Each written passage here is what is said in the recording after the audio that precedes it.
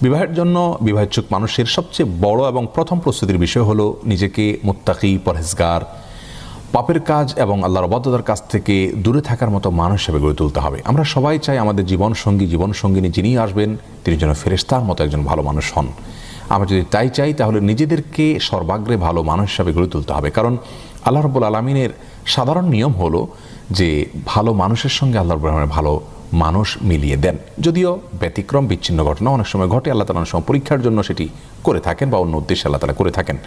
যেমন আমরা দেখেছি যে ফেরাউনের মতো খারাপ মানুষের ঘরে আসিয়ার মতো ভালো মানুষ আল্লাহ রাব্বুল দান করেছেন।